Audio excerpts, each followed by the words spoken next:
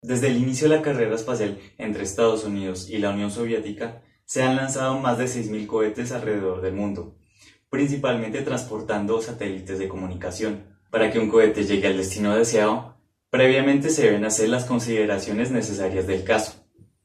Estas consideraciones son la masa del cohete, la masa de combustible del cohete, el consumo de combustible, el empuje generado por el motor del cohete, los factores climáticos como la temperatura, la densidad del aire y la presión atmosférica a la que va a trabajar el cohete, y la carga aerodinámica o la resistencia al aire que produce el cohete según su avance. Mi nombre es Sergio Lozano Gamboa y mediante el siguiente artículo podremos definir y calcular las variables que afectan al vuelo de nuestro cohete.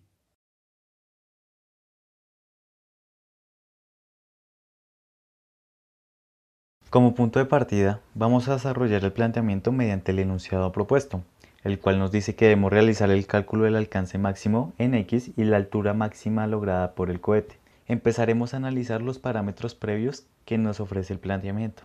La masa de combustible quemado es proporcional al área bajo la curva de empuje Ft.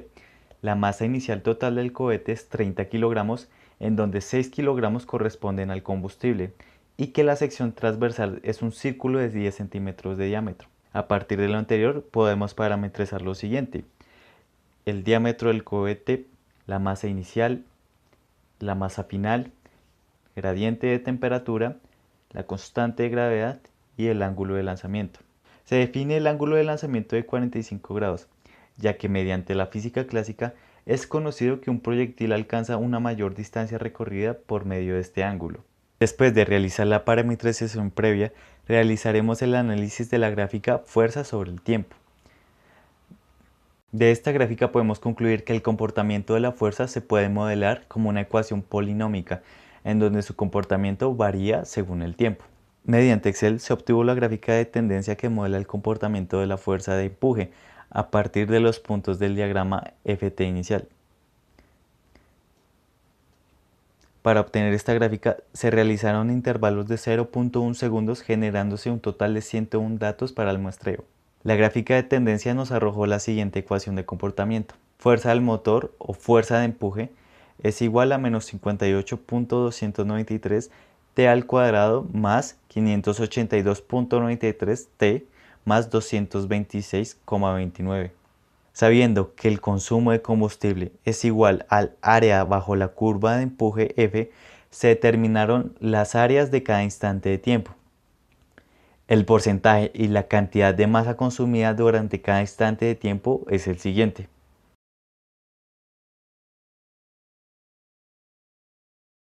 El comportamiento del combustible también tiene la particularidad de modelarse como una ecuación, pero esta vez del tipo lineal.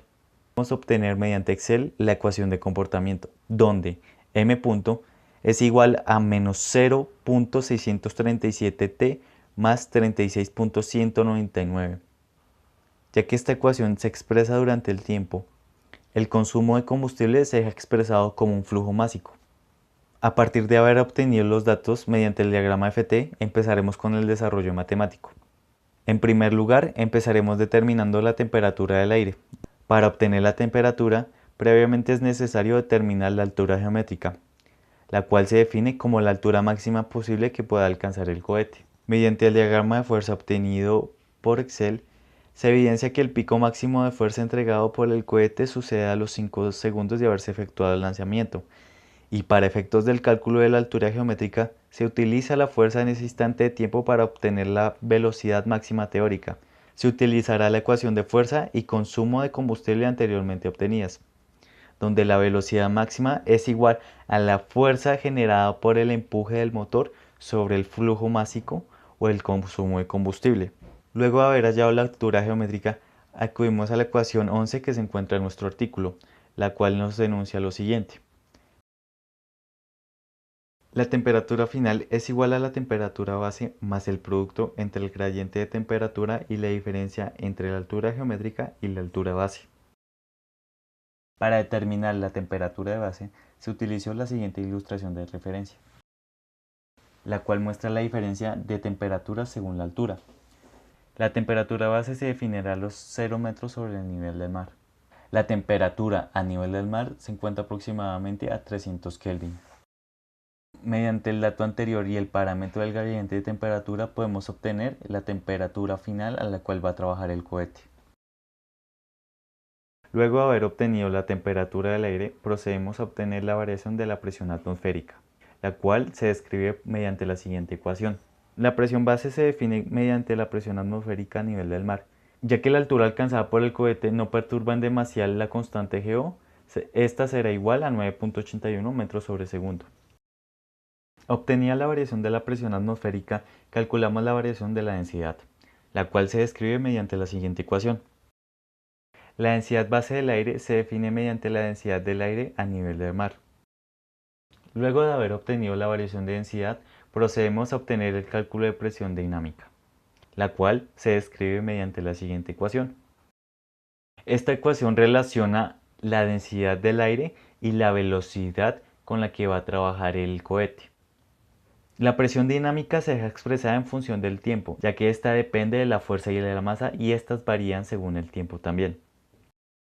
Cálculo de resistencia aerodinámica. La resistencia aerodinámica se define como una serie de factores que influyen en el vuelo negativamente, donde influyen factores como la geometría, la presión dinámica y un coeficiente de arrastre que depende de la forma del cohete.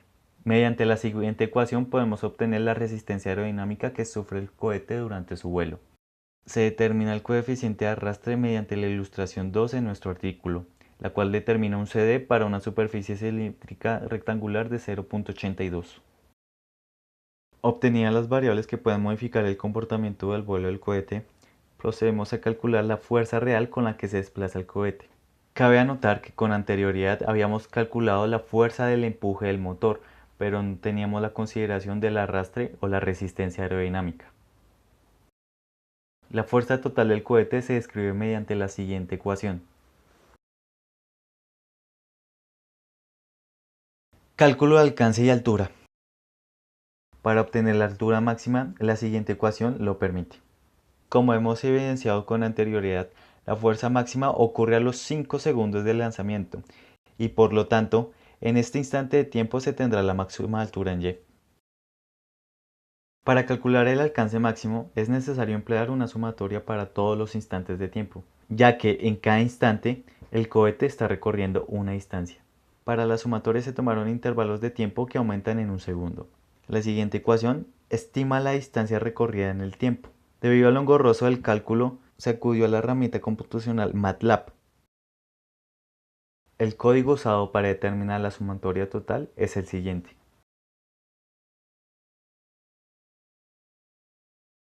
El resultado obtenido, después de hacer todas las consideraciones del caso, es de 3.815.2 metros recorridos por el cohete.